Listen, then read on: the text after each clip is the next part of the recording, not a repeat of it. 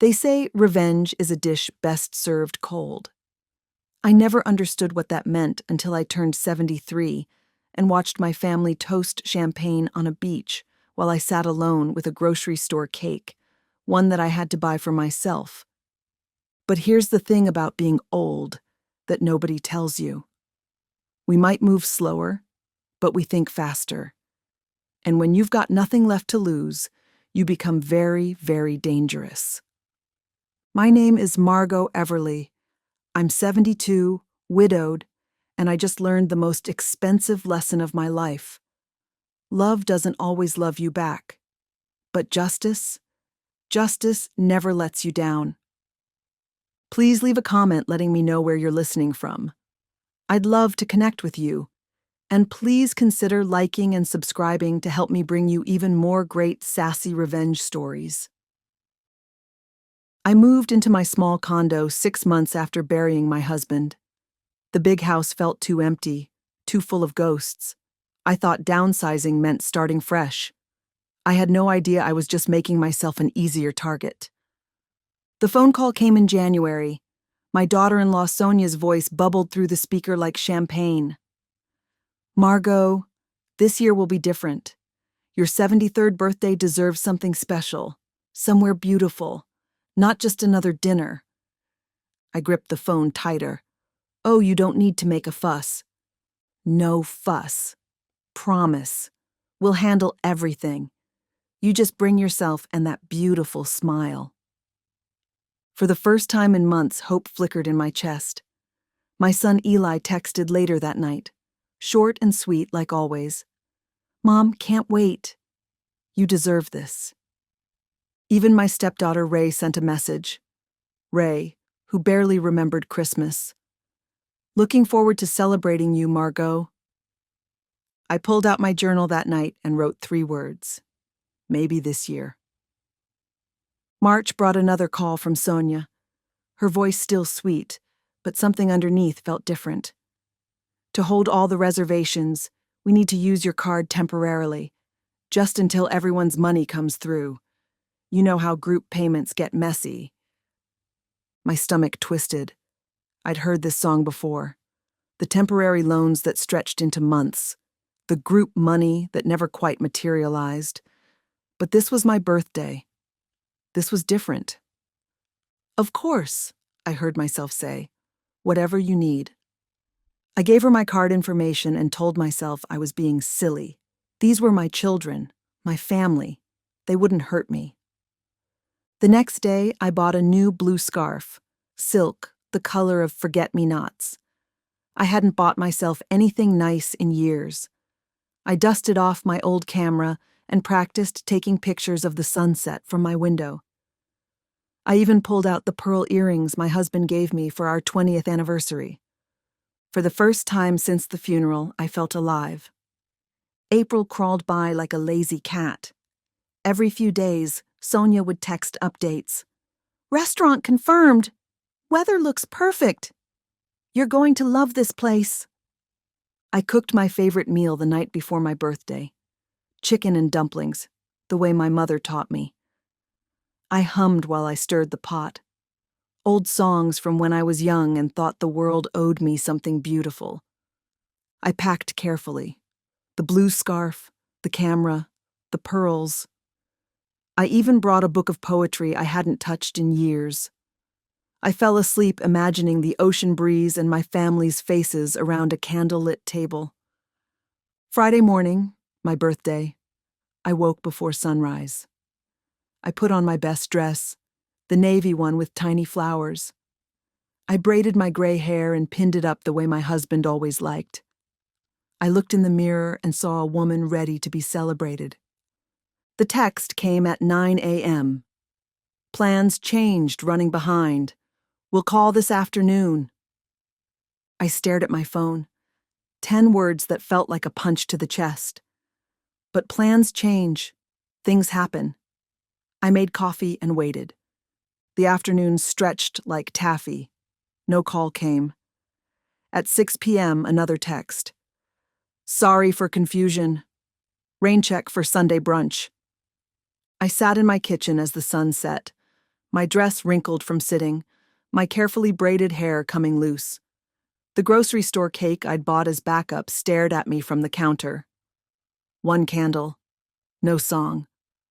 I ate dinner alone, reheated soup and silence.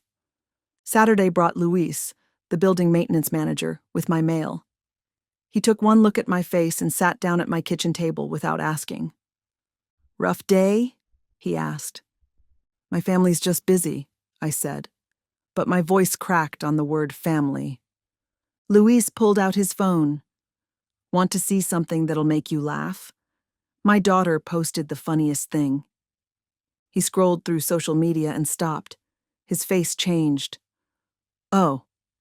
Oh no. He turned the phone toward me. There was Sonia grinning in the sunshine, a cocktail in her hand. Eli with his arm around his wife, both of them tan and laughing. Greg making bunny ears behind Ray's head. Even little Penny, my step-granddaughter, building sandcastles on pristine white sand. The caption read, "Perfect family getaway. Sometimes you need to escape reality." The timestamp showed yesterday, my birthday. I stared at the screen until the images blurred. Then I handed Luis back his phone and walked to my computer. My email inbox told the whole story. Receipt after receipt, resort booking, spa treatments, dinner for 6 at a restaurant I'd never heard of.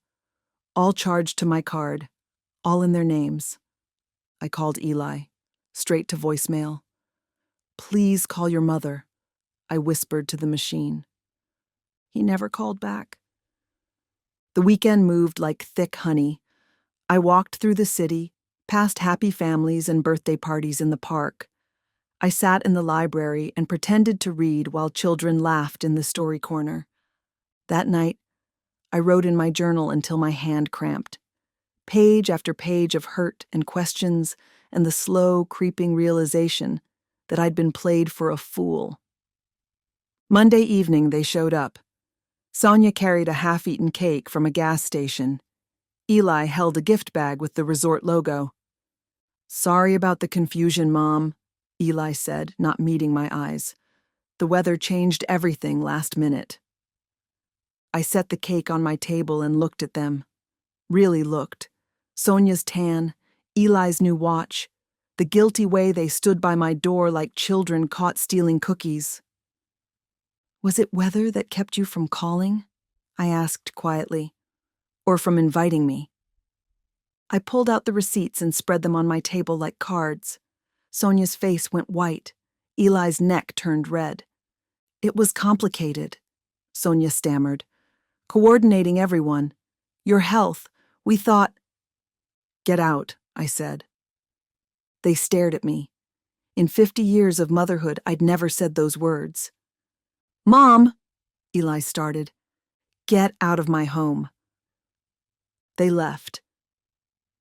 I locked the door behind them and sat in my chair by the window. For the first time in days, I felt something other than sadness. I felt angry, and anger, I was learning, had teeth. Tuesday morning, I walked to the library. They were having a free legal advice seminar. I almost didn't go in. What would people think? A woman my age airing her family problems? But I thought about the receipts, the lies, the image of them laughing on the beach while I ate cake alone. I went in. Ms. Drummond led the session. She was maybe 60, with steel gray hair and kind eyes behind wire glasses. When she talked about financial abuse, something inside me woke up. After the session, I approached her. "I think I need help." She looked at my bank statements and receipts. Her expression grew darker with each page. "Mrs. Everly," she said finally, "this isn't family drama. This is exploitation." The word hit me like cold water. Exploitation.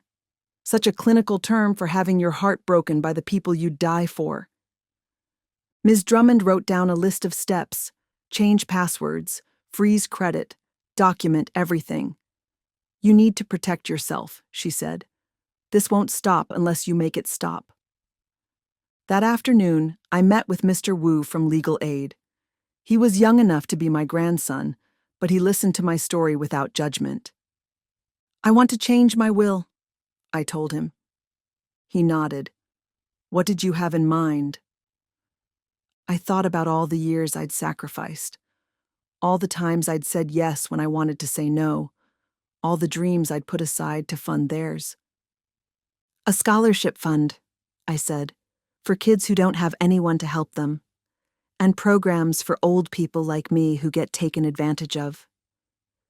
"And your children?" "They get a photo album, with a note inside explaining why." The next week, I went to my bank. The manager, Mrs. Chen, had known me for years. She was shocked when I showed her the unauthorized charges. "We can dispute these," she said, "and I recommend you close these accounts and open new ones." I nodded. "And I want to file a police report." Her eyebrows rose. "Are you sure?" "It's your family."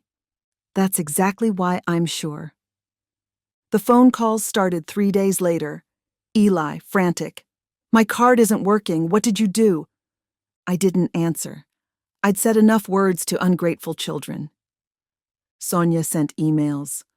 Long, desperate paragraphs about mistakes and misunderstandings, about how I was being unfair, about how families forgive.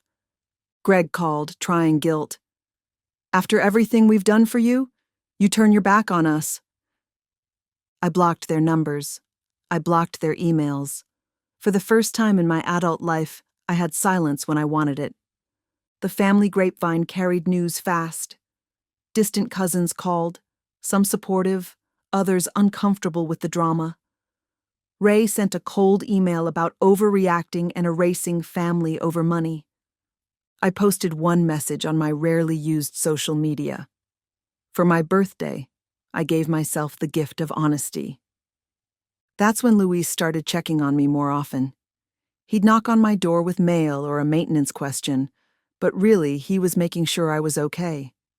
His mother had gone through something similar, he told me. Family who saw her as a bank account instead of a person.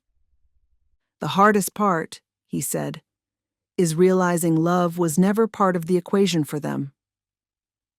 A month later, a letter arrived from Eli's business partner. They were seeking payment on a defaulted loan, a loan with my name on it as silent partner, a loan I'd never agreed to. I stared at the papers until the words blurred. Then I called Mr. Wu. "This is fraud," he said simply, "clear and documented fraud." That evening, I sat in my living room with candles lit, holding my husband's photograph. "Would you be proud of me?" I asked the silence. I thought I heard him whisper yes. 2 months after my birthday, Eli showed up at my door, desperate, angry, demanding a loan to cover his debts or he'd be homeless. "You're my mother," he said. "You can't just abandon me." I looked at this man I'd raised, this person I'd loved more than my own life. "You spent my love like loose change," I told him. "There's nothing left here but regret." He called me cruel, heartless, said I was ruining his life. "You ruined your own life," I said quietly. "And you tried to ruin mine. The difference is, I won't let you."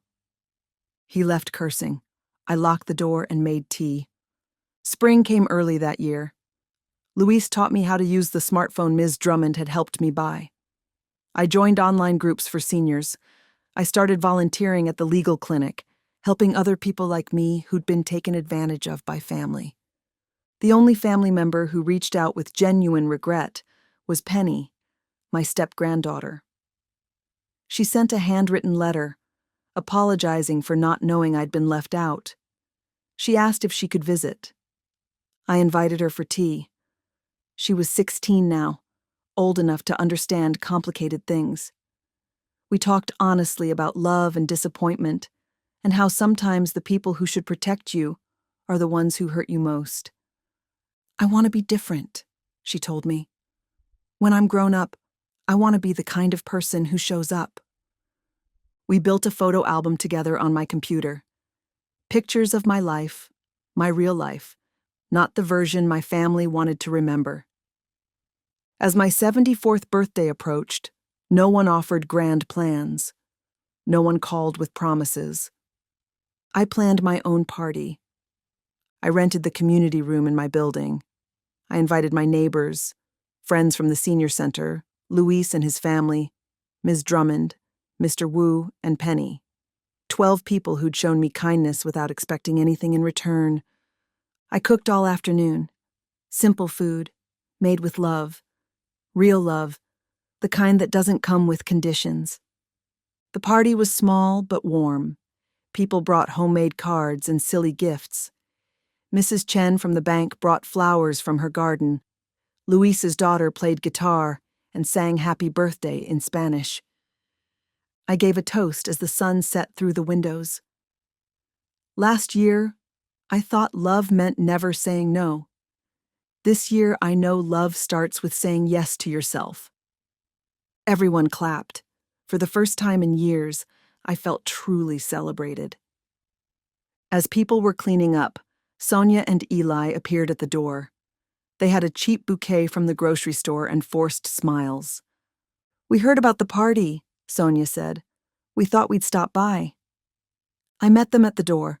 Behind me, I could hear my real friends laughing, helping with dishes, being family in all the ways that mattered. "You're not on the guest list," I said quietly. Eli's face flushed. "We're your family." "Family shows up," I said.